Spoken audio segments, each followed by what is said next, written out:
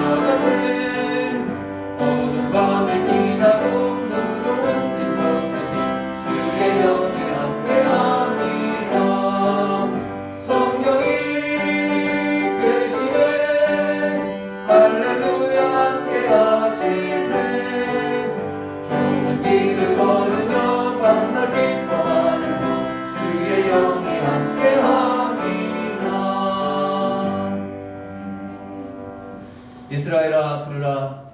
우리 하나님 여호와는 오직 유일한 여호와이시니 너는 마음을 다하고 뜻을 다하고 힘을 다하여 네 하나님 여호와를 사랑하라. 하나님은 영이시니 예배하는 자가 영과 진리로 예배할지니라. 아멘.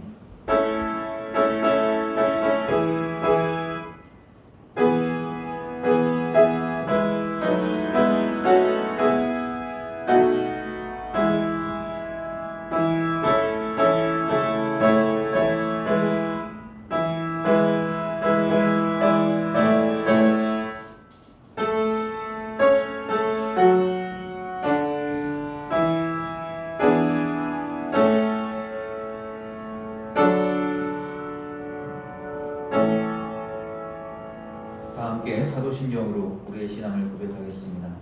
전능하사 천지를 만드신 하나님 아버지를 내가 믿사오며 그 외아들 우리 주 예수 그리스도를 믿사오니 이는 성령으로 잉태하사 동정녀 마리아에게 나시고 본교 빌라도에게 고난을 받으사 십자가에 못 박혀 죽으시고 장사한 지 사흘 만에 죽은 자 가운데서 다시 살아나시며 하늘에 오르사 전능하신 하나님 우편에 앉아 계시다가 저로서 산 자와 죽은 자를 심판하러 오시리라. 성령을 믿사오며 거룩한 공회와 성도가 서로 교통하는 것과 죄를 사하여 주시는 것과 몸이 다시 사는 것과 영원히 사는 것을 믿사옵나이다. 아멘. 이 찬송가 뒤에 있는 교동문 7번입니다. 교동문 7번. 교동문 7번 시편 13편 말씀 한 절씩 교독하고 마지막 절 함께 읽도록 하겠습니다. 교동문 7번입니다. 여호와여, 어느 때까지니까 나를 영원히 잊으시나이까?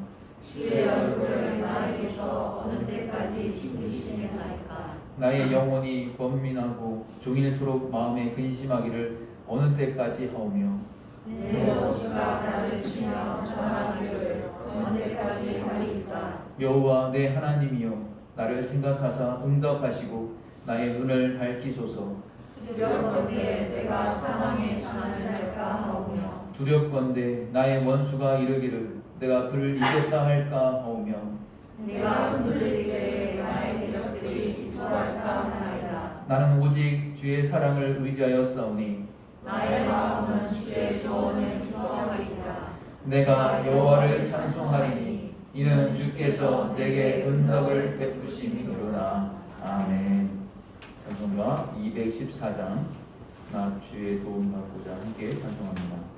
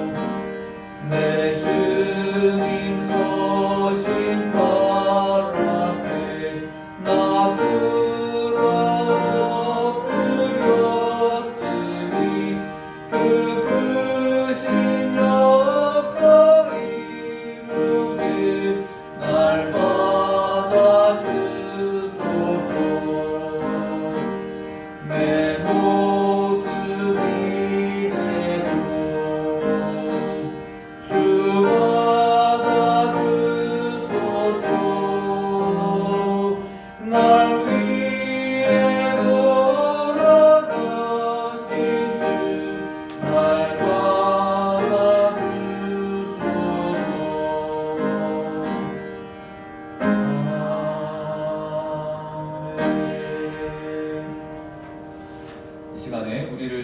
위해서 오늘 예배를 위하여 장동호 집사님께서 기도해 주시겠습니다.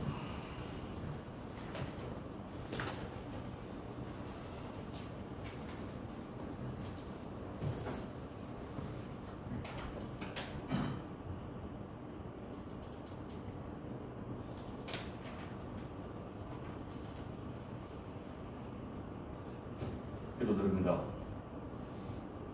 오늘 이 아름다운 성전에서 아름다운 성도들과 하나님께 예배드릴 수 있음을 감사드립니다. 세상 가장 긴 여행이 머리에서 가슴으로의 여행이라고 합니다. 머리로 생각하는 것을 가슴으로 실천하기까지가 그만큼 긴 여정이라는 것이겠죠. 생각과 실천, 하나님의 생각과 실천은 무엇입니까? 인간을 사랑으로 단위 삼아 세상의 모든 것이 공의롭고 사랑으로 가득한 아름다운 나라, 이것이 하나님의 생각과 실천이 아닌지요. 지금도 세상의 많은 것들이 하나님 생각과 하나님 나라의 형상에 어긋나고 비뚤어진 모습입니다. 오직 하나님, 오직 예수로, 오직 하나님 나라를 생각하고 실천하는 하나님의 자녀들에게 용기와 지혜와 능력을 주소서. 하나님의 권능과 사랑으로 이 세상 아름다운 하나님 나라 되도록 인도하여 주소서. 이 성전에서 예배드리는 또한 여러 사정으로 이곳에서 예배드리지 못하는 모든 성도들에게 하나님의 긍휼을 베풀어 주소서. 하나님의 종 목사 내외분에게 영육의 강건함과 복을 더해 주시어 아름다운 하나님의 교회가 될 수 있도록 축복하여 주소서. 이 모든 말씀 예수 그리스도의 이름으로 기도드립니다.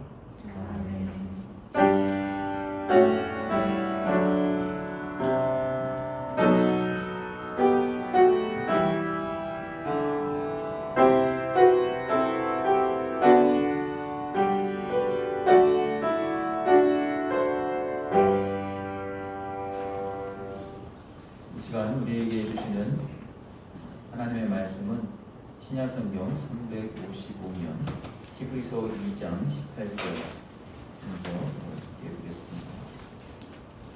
히브리서 2장 18절 말씀 먼저 듭니다. 신약성경 355면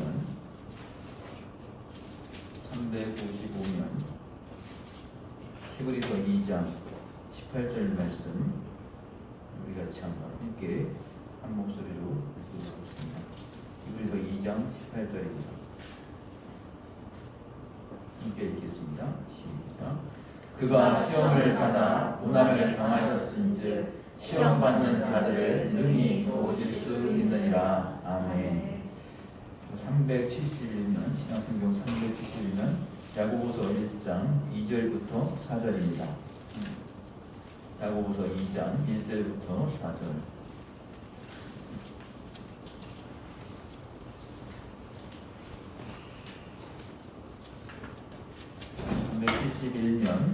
야고보서 1장 2절부터 4절까지 같이 한 목소리로 함께 읽겠습니다.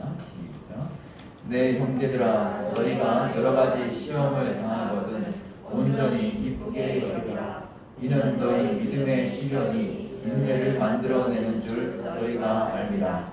인내를 온전히 이루라. 이는 너희로 온전하고 부귀하여 조금도 부족함이 없게 하려 함이라. 아멘. 우리 그리스도인들이 기독교 신앙에 대해서 좀 헷갈려하고 또 오해하는 몇 가지 내용이 있습니다. 우리가 구원은 예수 그리스도를 믿음으로 얻는다라는 것을 성경에서 강조하는데요. 오직 의인은 믿음으로 말미암아 살리라 이렇게 말씀하죠. 주 예수를 믿으라. 그리하면 너와 내 집이 구원을 받으리라 이렇게 말씀하는데, 또 한편으로는 야고보서 2장에서는 행함이 없는 믿음은 그 자체가 죽은 것이다. 영혼 없는 몸이 죽은 것 같이 행함이 없는 믿음은 죽은 것이니라 이렇게 말씀합니다. 서로 이게 좀 상충되는 것 같이 같고 또 헷갈리기 시작합니다. 성경이 서로 안 맞는 거 아닌가? 라고 생각하는 분들도 있습니다. 성경에서 이랬다 저랬다 하는 것 같이 느껴지기도 합니다. 또 생활 속에서도 오해가 있습니다. 신명기 말씀을 보면 대부분이 하나님 말씀을 신실하게 잘 청종해서 듣고 잘 지키면 하나님께서 그 사람의 삶에 복을 내려주시고 또 그 말씀을 어기며 신앙의 곁길로 가게 되면 하나님께서 견책하셔서 그 삶을 어렵게 시험에 빠지게 만든다.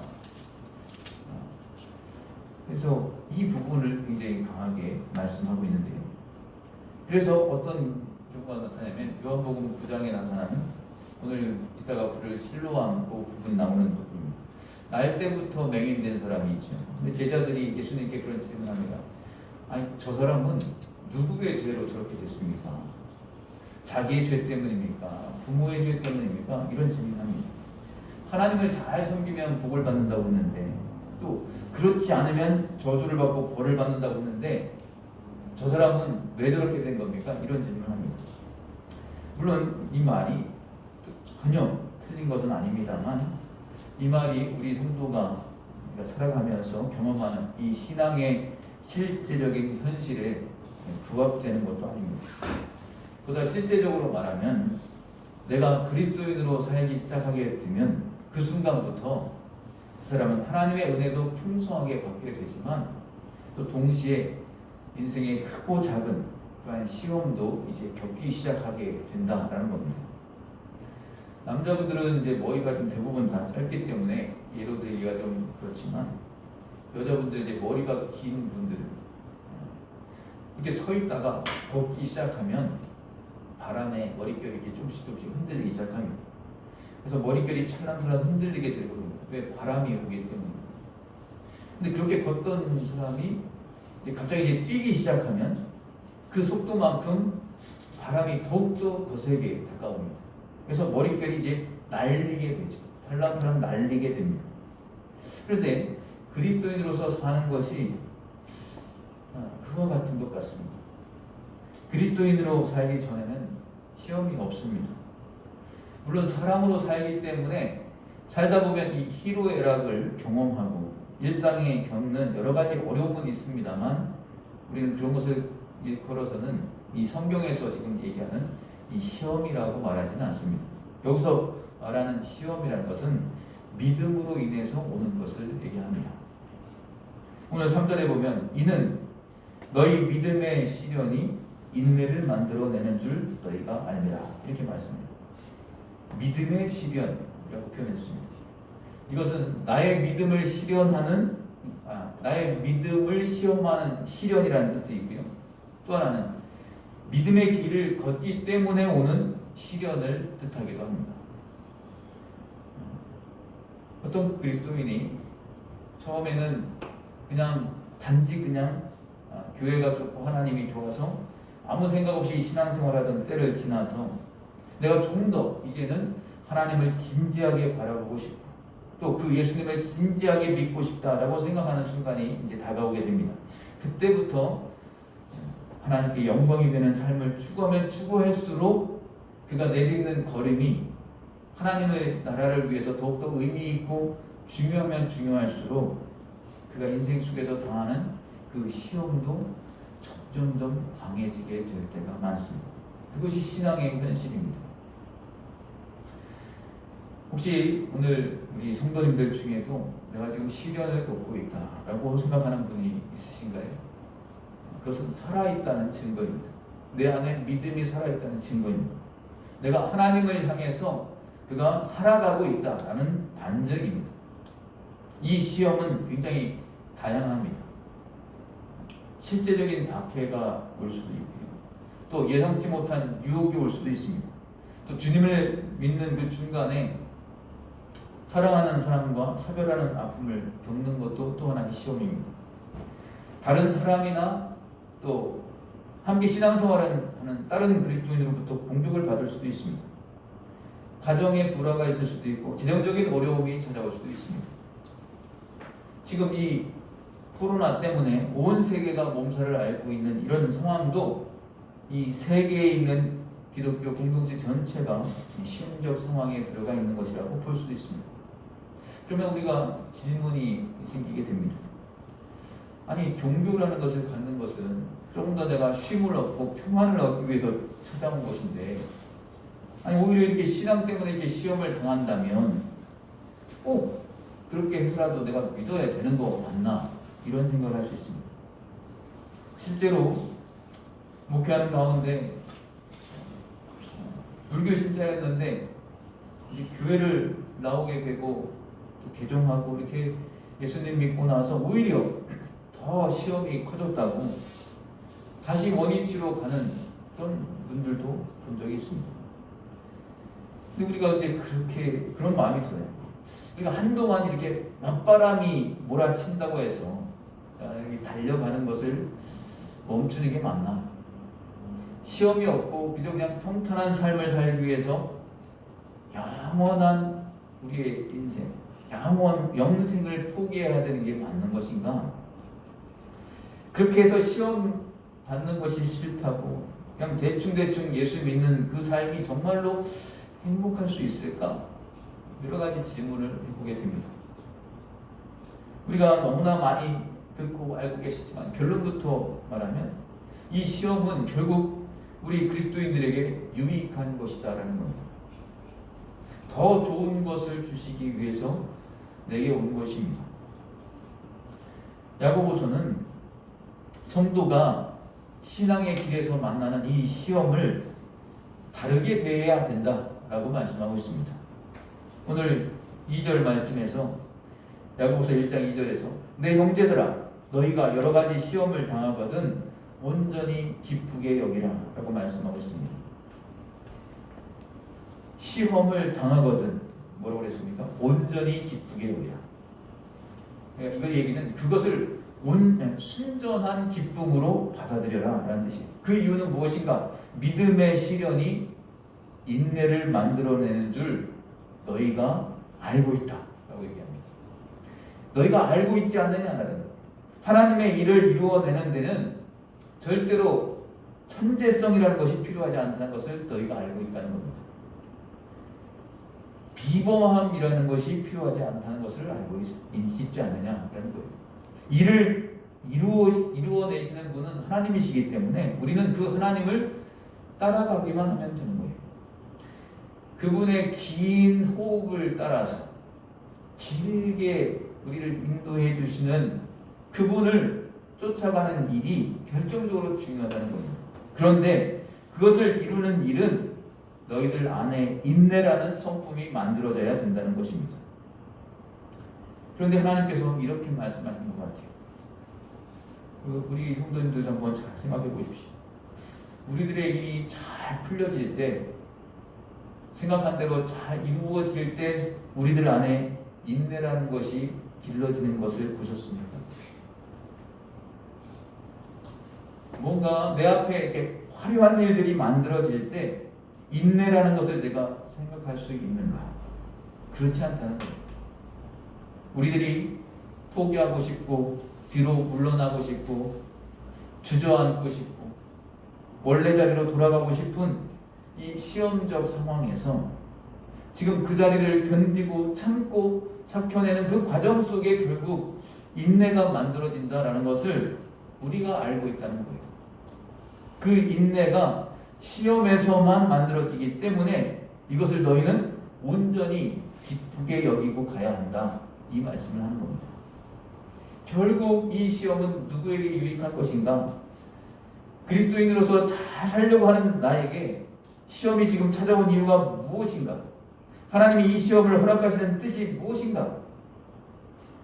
지금 나는 그렇게 받아들이고 싶지 않고 또 그렇게 생각하고 싶지도 않지만 이 시험은 나를 위해서 온 것이다 라는 거예요. 나로 하여금 온전하고 구비하여 조금 더 부족함이 없게 하려고 찾아온 것이다. 그래서 이 시험을 당하면 온전히 기쁘게 여기라. 온전한 기쁨으로 그것을 받아들여라. 이렇게 말씀하고 있는 거예요. 단순히 그냥 성품이 빚어지는 것만이 아닙니다. 오늘 읽진 않았지만 밑에 12절을 보면 야고보서 1장 12절을 보면 시험을 참는 자는 복이 있나니 이는 시련을 견디어낸 자가 주께서 자기를 사랑하는 자들에게 약속하신 생명의 면류관을 얻을 것이기 때문이라 라고 했습니다. 이 시험 안에는 생명의 면류관이 들어있다는 거예요. 이 시험을 이겼기 때문에 인생이 도약하기도 합니다. 다윗과 같은 경우이죠. 이 시험을 견뎠기 때문에 하나님의 일이 결정적으로 진전되는 일이 그 한 사람을 통해서 일어나게 됩니다. 또 요셉도 바로 그런 케이스입니다. 지금 모든 시험을 극복하기 때문에 나를 통해서 가족이 회생되고 죽어가던 공동체가 다시 일어나기도 합니다. 이게 전부 시험을 이긴 가운데서 오는 것입니다. 그렇다면 우리 이 시험을 어떻게 극복해야 될 것인가? 어떻게 하면 내게 주시려고 하는 그 주님이 약속하신 이 생명의 면류관을 얻을 수 있는가 하는 거예요. 하나님께 어떻게 하면 내 삶이 조금이라도 더 영광이 되는 삶을 살 수 있을까? 거기에서 굉장히 중요한 첫 번째 하나는 시험이 다가올수록 하나님은 선하신 분이고 능력이 많으신 분이다 라는 사실을 철저하게 믿어야 된다는 겁니다. 이거는 당연한 거 아닙니까? 당연한 것 같은데 당연하지가 않아요. 내게 예기치 못한 시험이 닥쳐왔습니다. 이런 이 코로나 사태 같은 이런 믿음의 시련이 부딪혀왔습니다. 그러면 일반적으로 성도가 가장 먼저 타격을 받는 것이 경제적인 것이 아닙니다. 하나님에 대해서 가졌던 한 신앙인으로 하나님을 생각하고 있었던 그 신뢰가 금이 가기 시작한다는 거예요. 내가 가졌던 하나님에 대한 그 이미지, 하나님에 대한 삶, 이것이 깨지기 시작한다는 겁니다. 성도들의 삶이 아무 일이 없을 때, 무탈할 때 성도들은 이구동성으로 그렇게 얘기합니다. 하나님은 선하신 분이시다. 하나님은 좋으신 분이야. 너무나 나를 사랑하시오. 그랬던 분들이 인생에 예기치 않은 시련이 닥쳐오면 방금 본인이 했던 그 고백에 힘이 실리지가 않습니다. 설사 고백하더라도 이미 그 말에는 영혼이 실려있지를 않다는 거예요. 그건 무슨 얘기냐? 하나님에 대해서 이 신뢰가 금이 가고 있다는 겁니다. 아브라함을 한번 생각해 보십시오. 창세기 12장 2절에 너는 너의 본토 친척 아비집을 떠나 내가 네게 지시할 땅으로 가라. 내가 거기서 너로 큰 민족을 이루고 너로 복을 주어 내 이름을 창대하게 하리라. 너는 복덩어리가 될 것이다. 이렇게 얘기했어요. 아브라함이 그 말씀을 따라갔습니다. 그냥 말씀을 따라간 것이겠습니까? 그 말씀을 하시는 하나님을 신뢰한 거예요. 아브라함이 하나님을 전적으로 믿었기 때문에 자기의 고향 다 포기하고 기꺼이 그 미지의 세계를 향해서 모험을 감당했던 거죠. 그러나 아직 하나님이 어떤 분이신지 섬세하게 알지는 못합니다. 그러나 틀림없이 아는 것 하나는 있어요. 뭐냐면 하나님은 선하신 분이시다. 그렇기 때문에 나에게 절대로 나쁜 명령을 하지는 않으셨을 것이다.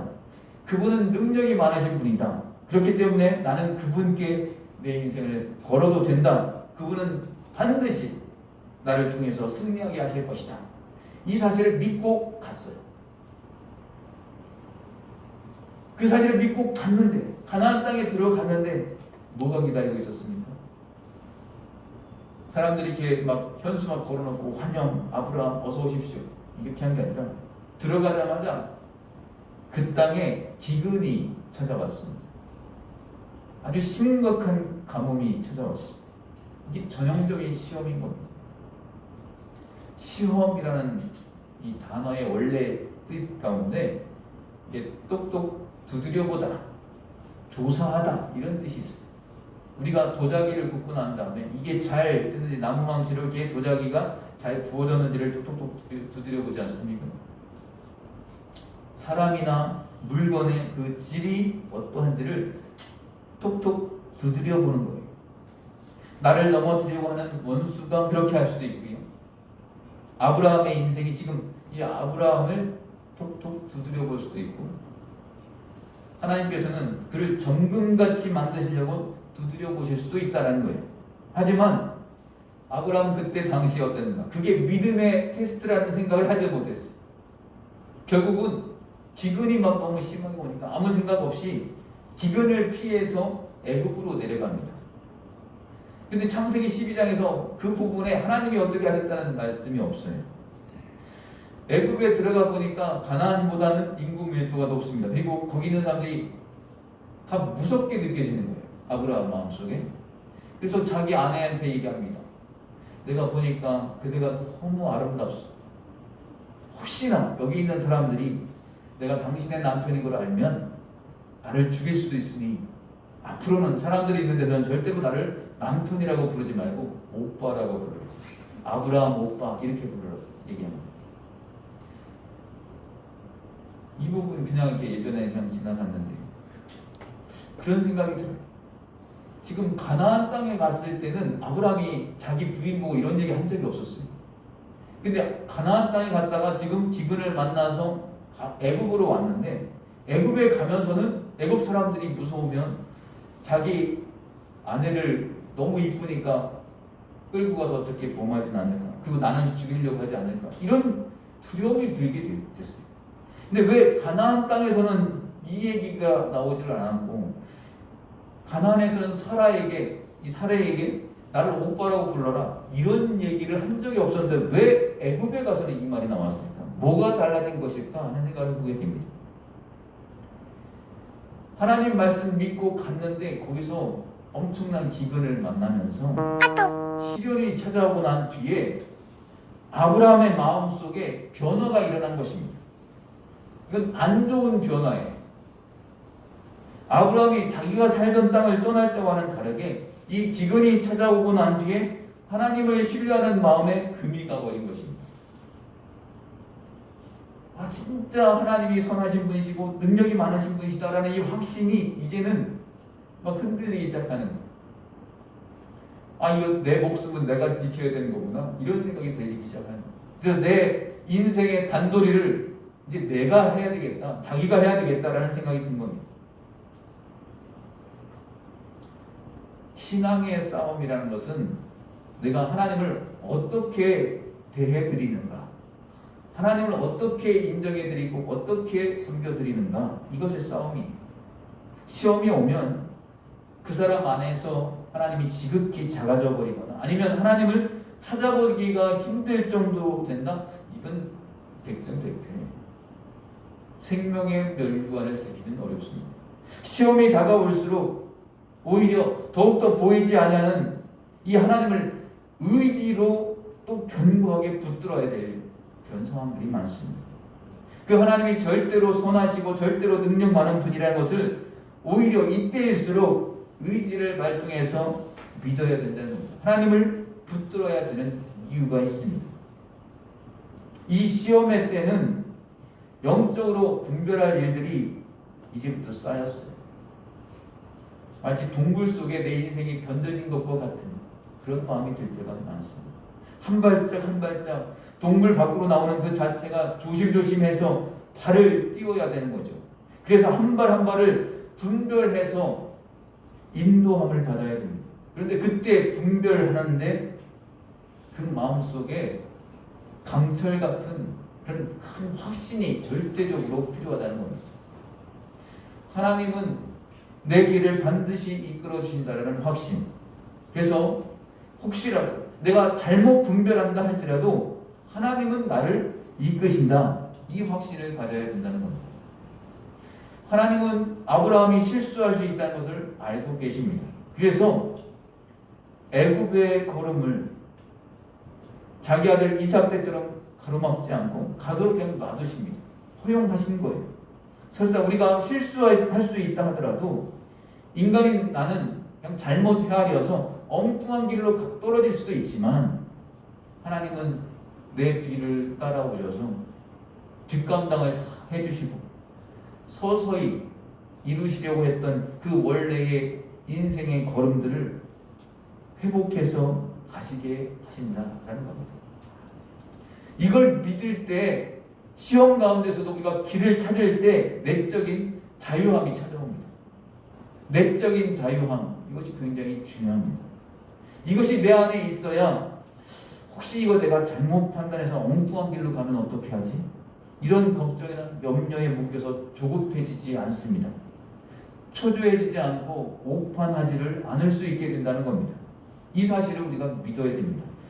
시험에 한 번 내가 졌다고 해서 망하는 일은 없습니다. 하나님이 지금 이 상황도 컨트롤을 하고 계시는 거예요. 아브라함도요, 첫 번째 찾아온 시험에서는 졌습니다. 약속의 땅을 버리고 그 죄악 많은 애굽 땅으로 도망을 쳤어요.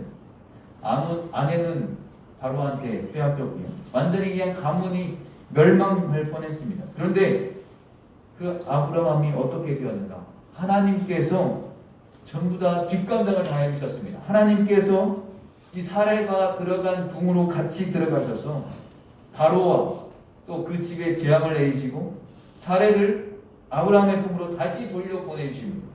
그리고 사례를 보내는 대신에 주었던 그 보상금, 소, 양, 노비 이런 거 다 아브라함의 품에 안긴 가운데 원래 있던 약속의 땅으로 돌아오게 하신다는 거예요. 그리고 나서 그 뒤부터는 이 아브라함이 하나님 앞에 대단히 신실해지는 것을 보게 됩니다. 이것을 묵상해 보면 얼마나 우리가 소망이 생기고 감사한지 모르겠어요.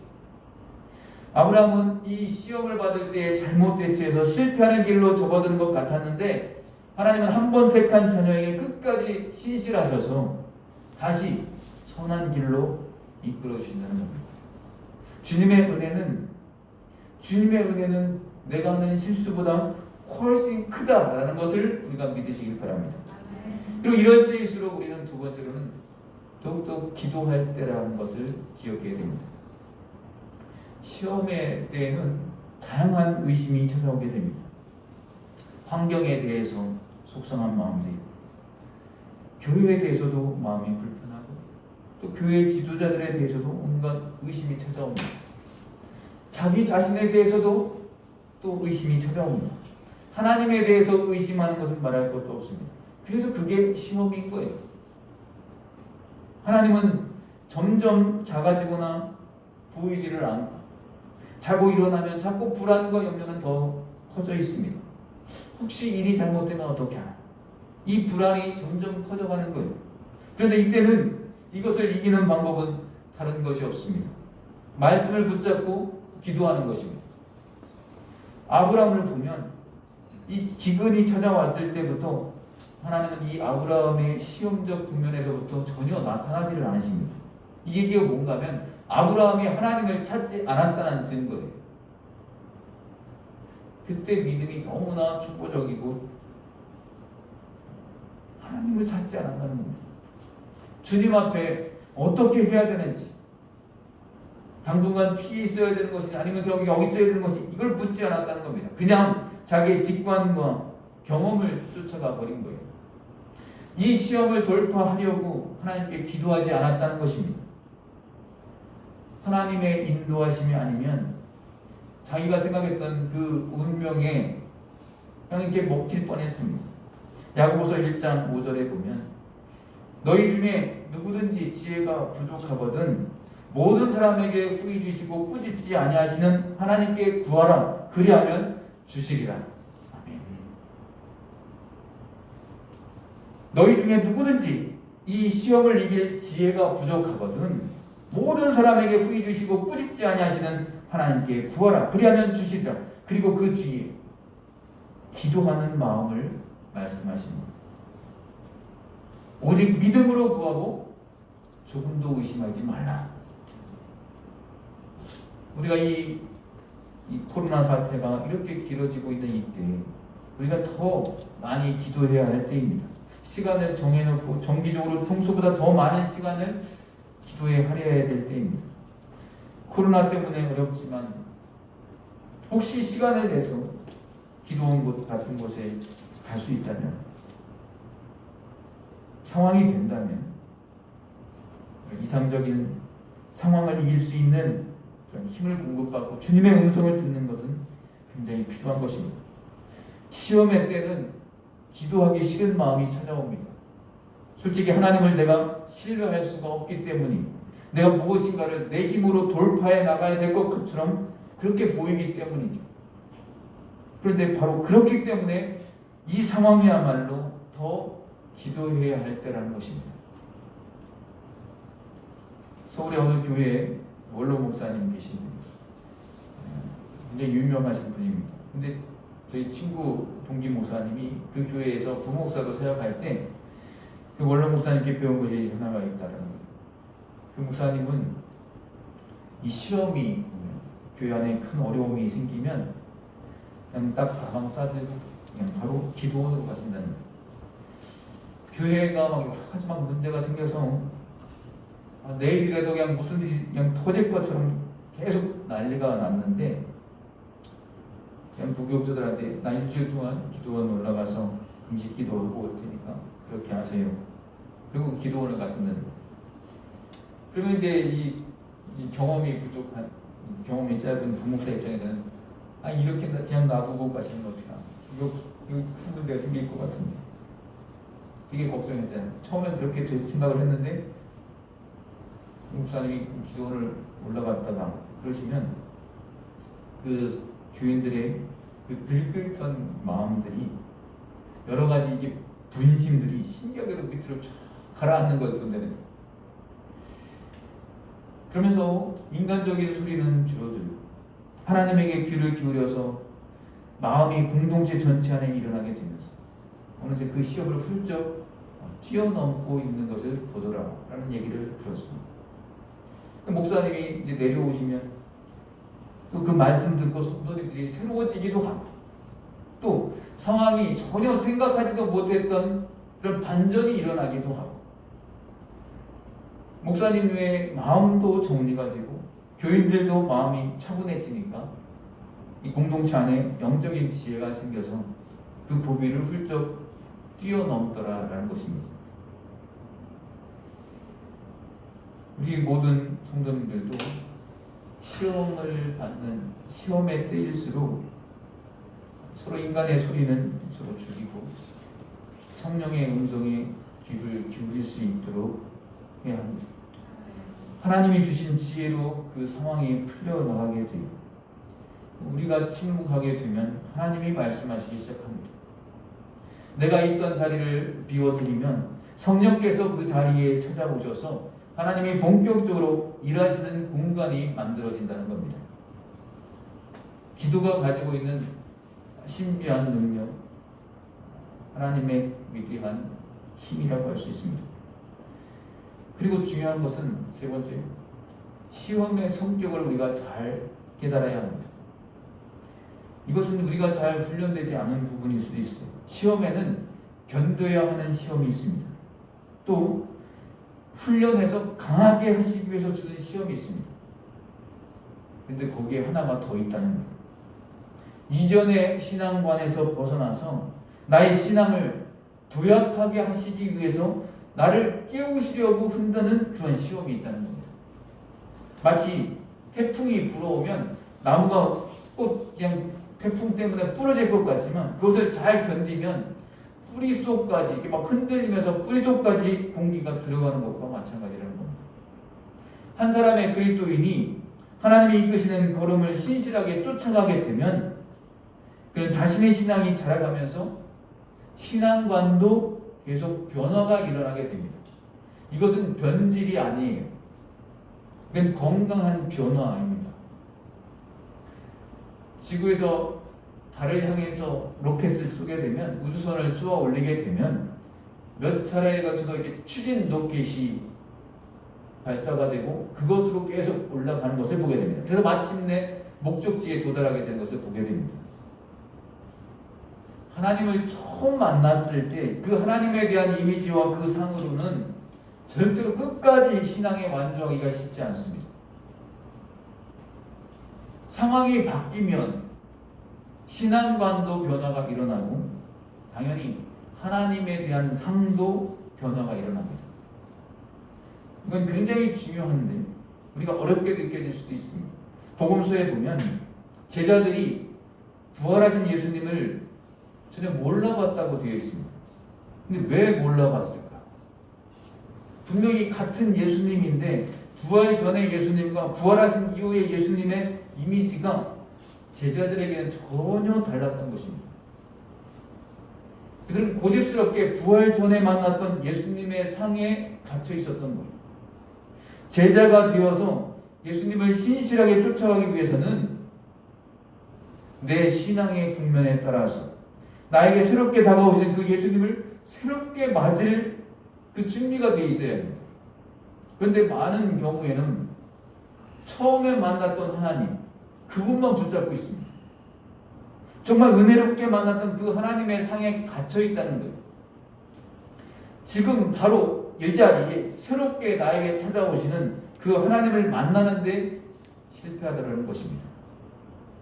그러니까 고기를 잡고 있는 나를 찾아오셔서 나를 따르라 초대하시는 예수님과 물 위를 걸어오시는 예수님은 같은 이미지가 아닙니다.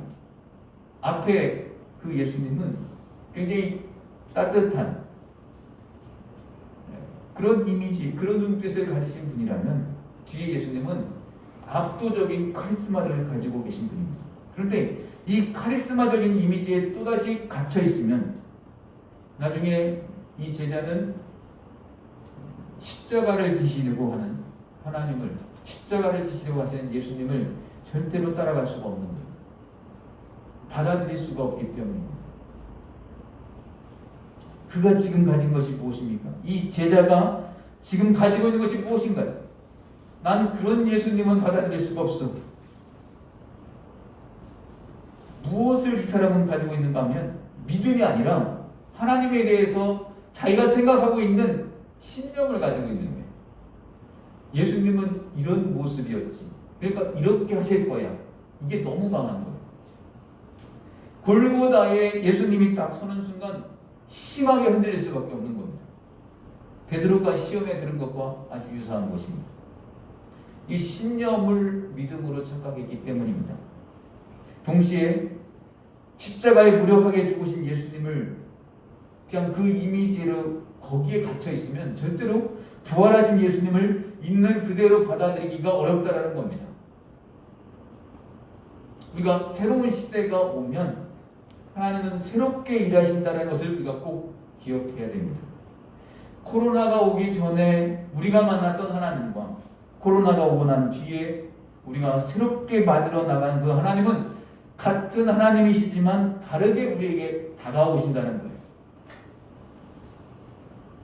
내가 어떤 장소를 옮겼다, 이사를 했다, 새로운 직장을 가게 됐다. 이게 다 그런 상황입니다. 바로 그런 상황에서는 이전에 내가 만났던 하나님으로 주님은 절대로 다가오지 않으신다는 거예요. 이전 것은 지나갔으니 보라 새 것이 되었도다. 이것은 내 심령의 문제일 뿐만 아니고 하나님이 내게 새롭게 다가오신다는 것을 믿고 새롭게 오시는 그 하나님에 대해서 열린 마음을 가질 수 있어야 한다는 겁니다. 하나님이 새로운 방향에서 일하시기 때문입니다. 제가 청년 때 참 그런 고민이 있어요. 말씀을 들을 때나 아니면 수련회 갈 때마다 하나님을 만나게 해달라고 기도해야 된다는 거예요. 하나님을 만났는데 왜 또 자꾸 만나야 된다고 하지? 늘 그런 게 고민이었어요. 이게 바로 그런 부분입니다.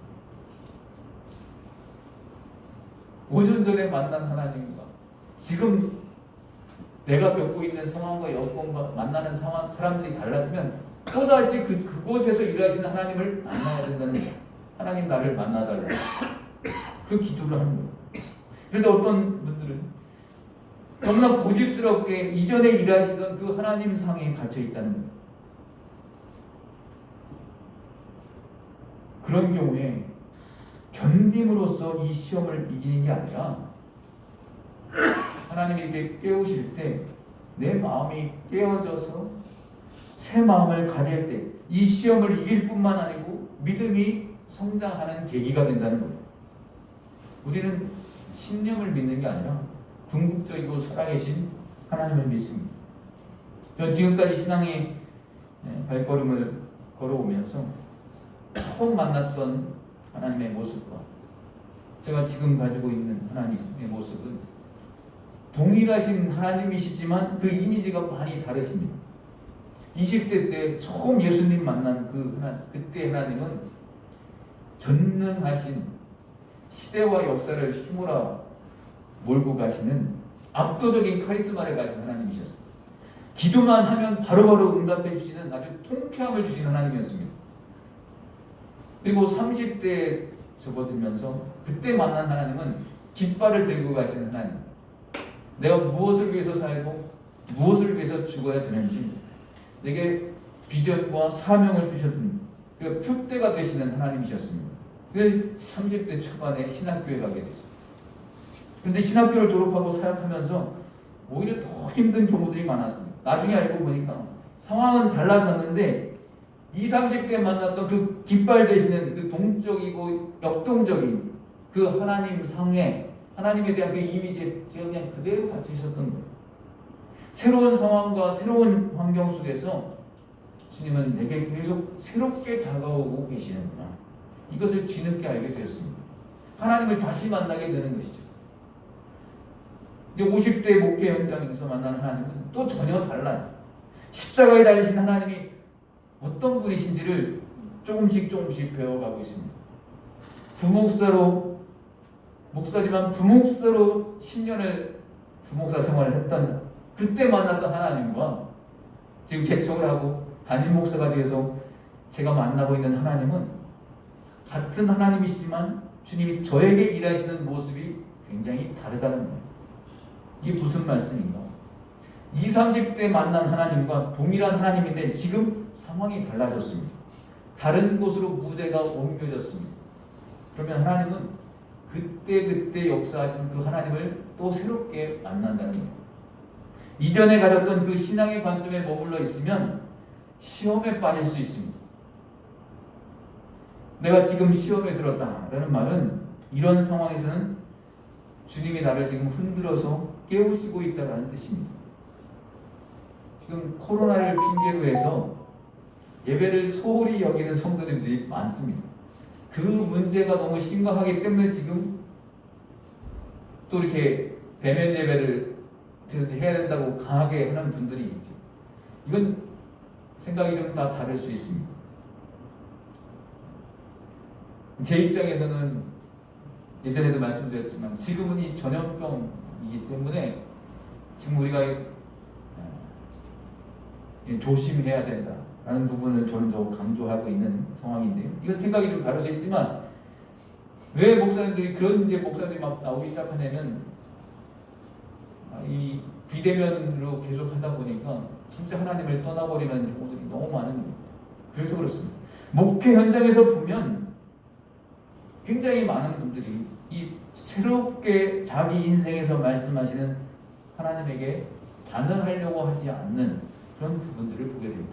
주님이 말씀하시는데도 움직이지 않는데 그런데 그 중에 새롭게 그때 반응하는 분들이 있습니다. 그게 누군가 하면 자기가 고수하고 싶은 자기 인생보다도 지키고 싶은 자기 신앙관보다도 더 소중한 것이 있는 사람.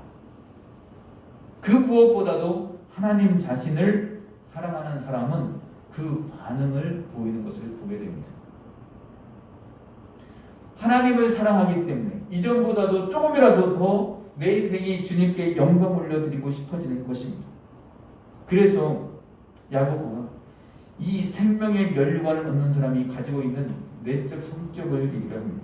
그것이 바로 12절에서 아까 읽었던 12절에서 주께서 자기를 사랑하는 자들에게 약속하신 생명의 면류관을 얻을 것이다 라고 했습니다.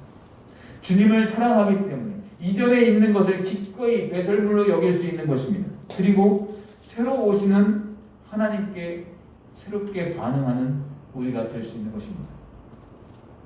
우리의 현실적으로 다가오는 시험이 너무 힘들고 어려울 때 우리에게 큰 위로가 되는 것이 무엇입니까?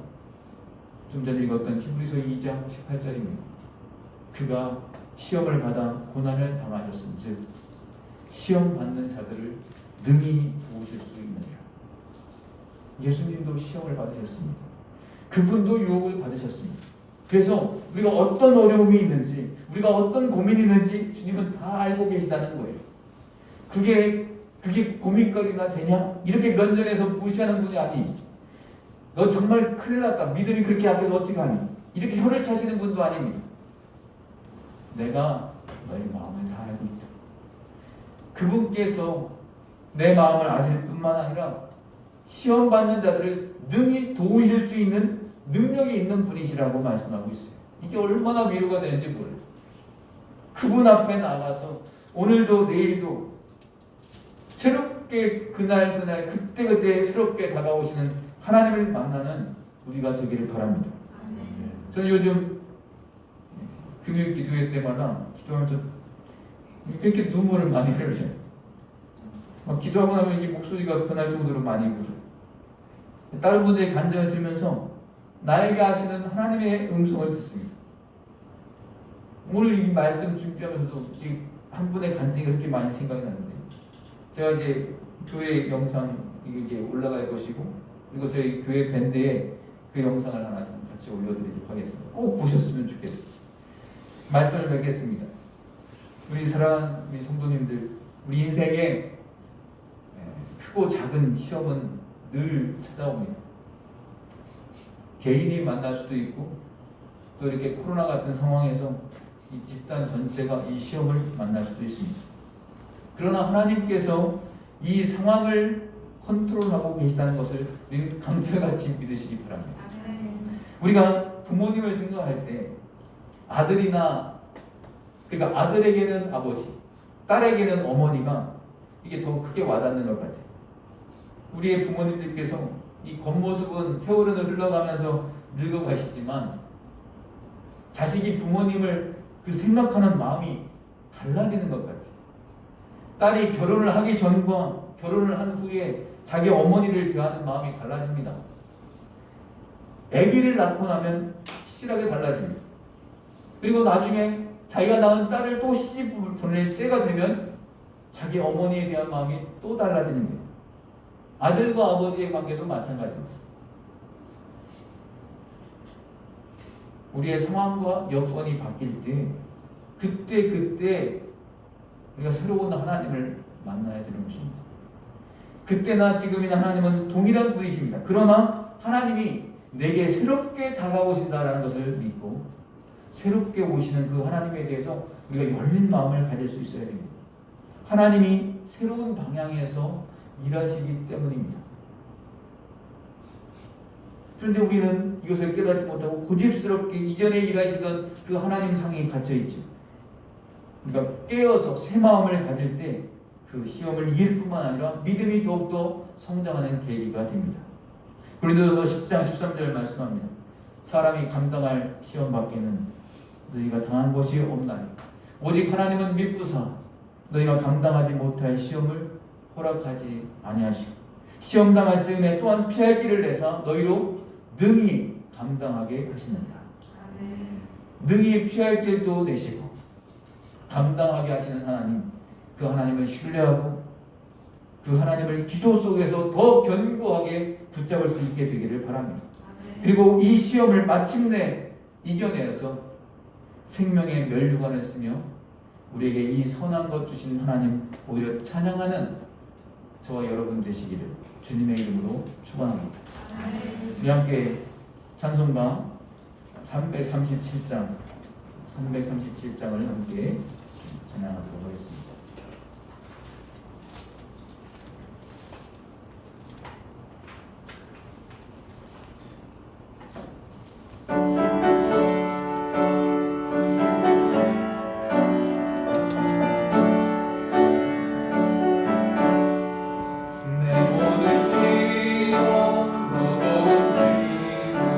주 예수 앞에 오래 있고 근심에서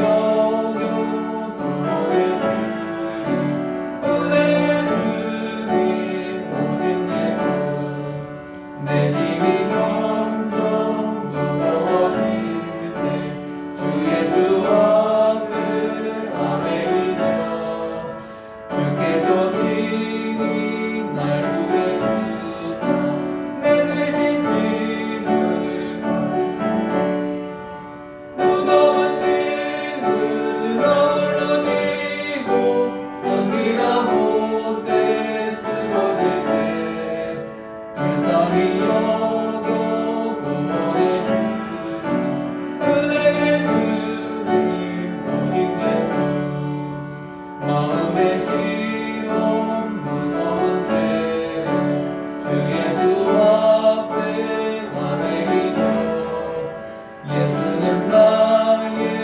능력이 되사 세상을 이길 힘 주시네 무거운 짐을 너울로 지고 견디다 못해 쓰러질 때 불쌍히 여겨 구원해 주리 은혜의 주님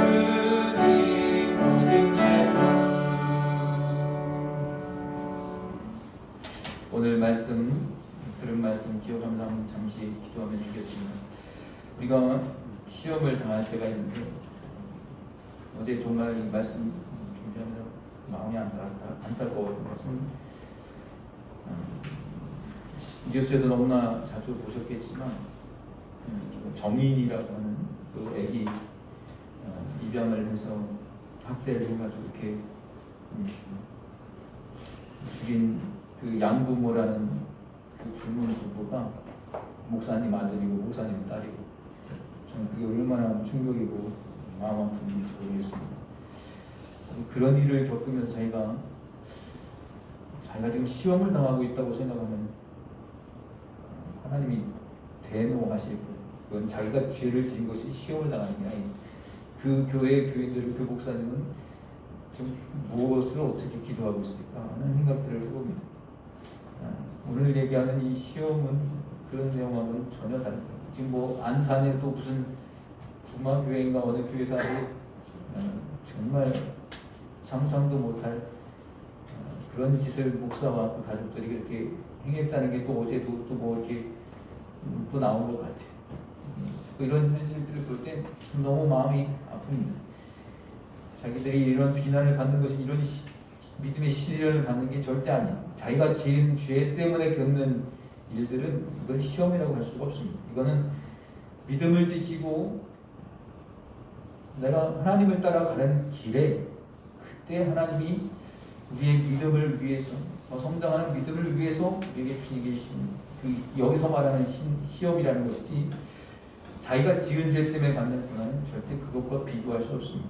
근데 우리가 다 내로남불이라고 자기 유리한 대로만 생각하고 기도할 때가 많습니다. 우리가 이 시간 함께 기도할 때 우리의 상황과 여건이 바뀔 때 새로운 하나님을 만나야 되고 그때나 지금이나 하나님은 동일하신 분이시지만 하나님은 우리의 상황과 여건에 따라서 새롭게 일하시려고 새로운 방향에서 일하시는 하나님이시기 때문에 우리가 그때 하나님을 또 새롭게 만나는 그런 은혜를 누리며 우리가 더욱더 기도하며 견고하게 이 믿음을 지켜가는 우리 모두가 되게 해달라고 우리가 같이 한번 이 시간에 오늘 들은 말씀 기억하면서 이렇게 기도하는 시간 가지면 좋겠습니다. 이렇게 기도하겠습니다. 하나님 아버지 감사합니다.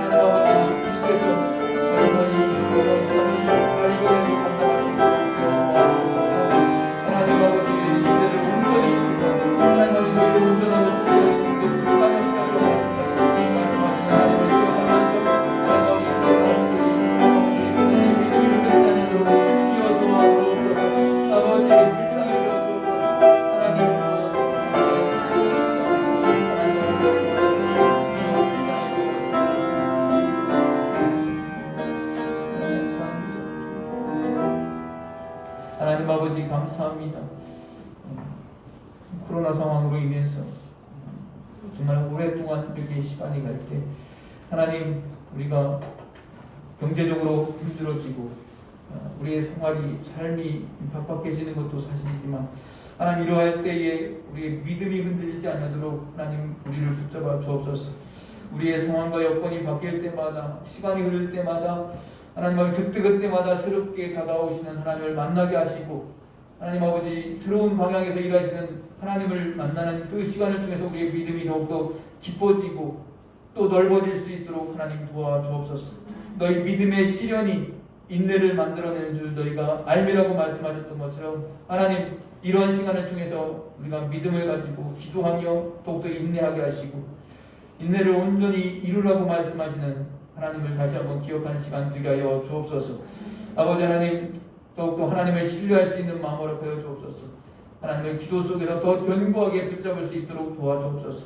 그리고 이 시험을 마침내 이겨내어서 생명의 면류관을 쓰며 우리에게 이 선한 것 주시는 하나님을 찬양하는 우리 모두가 될 수 있도록 하나님 도와주옵소서. 주님께서 함께해 주시기를 간절히 빌고 소원하오며 이 모든 말씀 예수님의 이름으로 기도드리오나이다. 아멘.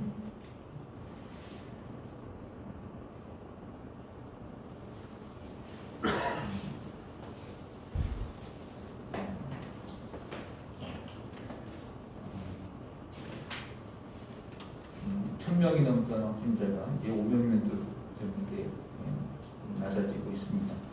앞으로 그 숫자가 훨씬 더 줄어들 수 있도록 우리가 같이 기도하며 또 이러한 시간들이 속히 지나갈 수 있기를 함께 기도하면 좋겠습니다. 그 기간 동안 또 교회 나오지 못하고 이렇게 인터넷으로 예배를 드리고 있는 분들의 믿음이 약해지지 않도록 하나님께서 붙잡아 주시기를 또 함께 기도해 주시기를 아무튼 참 여러 가지 상황들이 참 마음 아프고 힘든 일들이 참 많습니다. 그런데 제가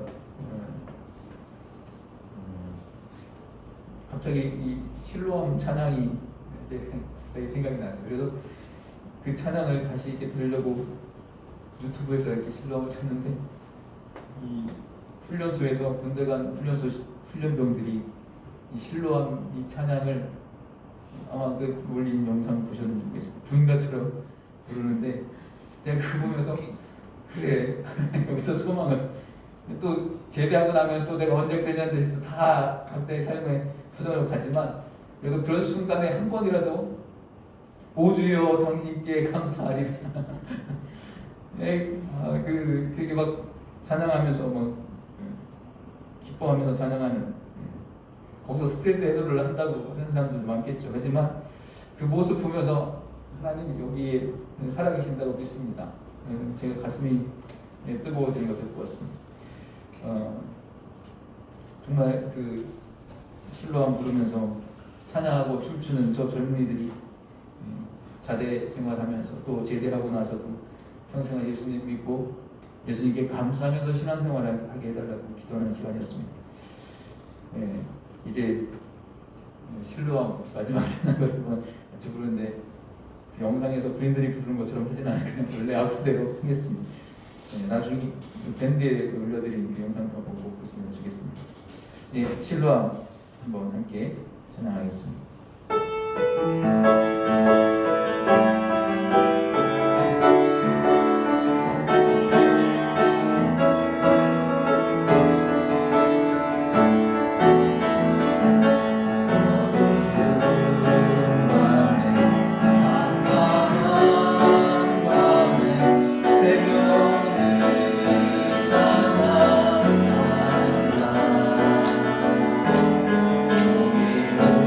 주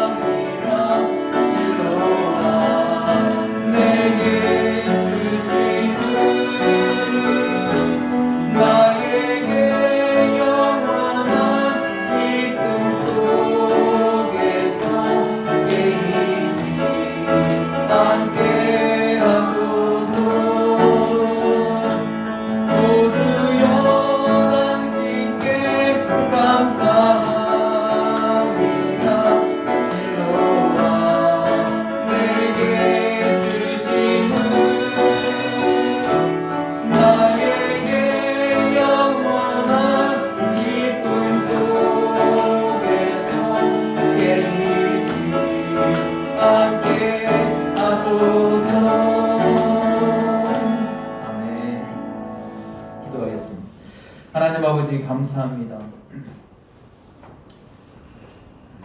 인간으로서 정말 어떻게 저럴 수가 있을까 하는 생각들이 드는 그런 사건들이 참 많이 일어나고 있습니다.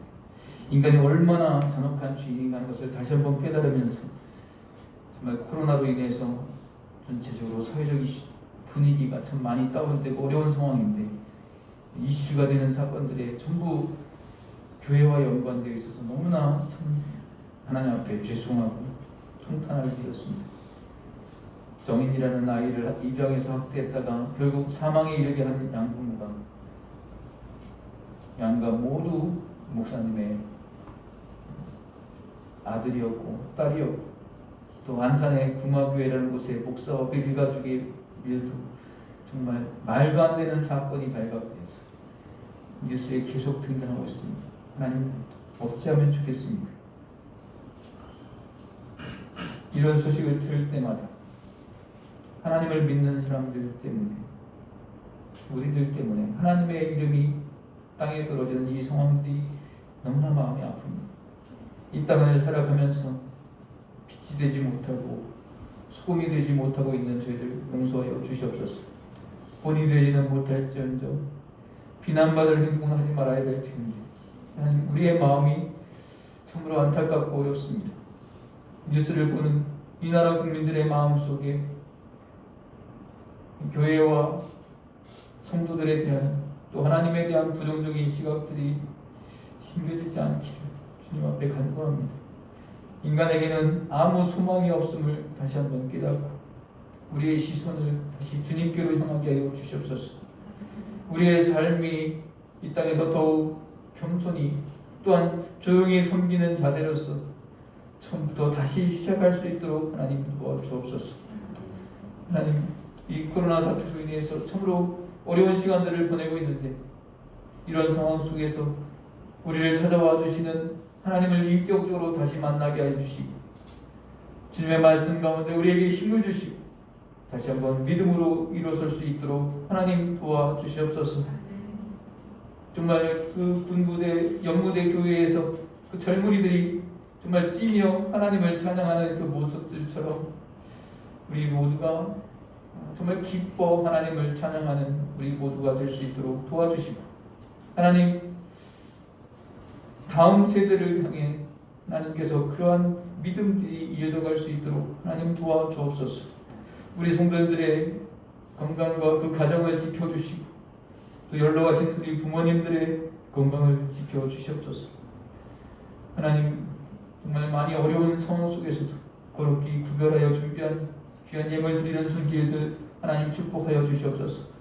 사업을 하시고 또 직장생활하는 모든 분들과 또 가정에서 또 너무나 큰 역할들을 하시는 모든 여성도님들 하나님 위로하여 주시고 은혜와 평강을 허락하여 주시옵소서. 하나님 앞에 이 모든 것 감사드리며 이제는 우리 주 예수 그리스도의 은혜와 하나님 아버지의 무한하신 사랑하심과 성령님의 감화, 감동, 교통, 충만하심이 시험받는 자를 도우시는 하나님을 의지하고 끝까지 인내하며 날마다 각자의 삶의 터전 속에서 새롭게 다가오시는 하나님을 만나기를 원하는 이 자리에 함께한 모든 성도님들과 참된 은혜교회 위에 또한 인터넷으로 예배를 드리고 있는 모든 성도들 위해 지금부터 영원토록 함께 하시기를 간절히 축원하옵나이다. 아멘.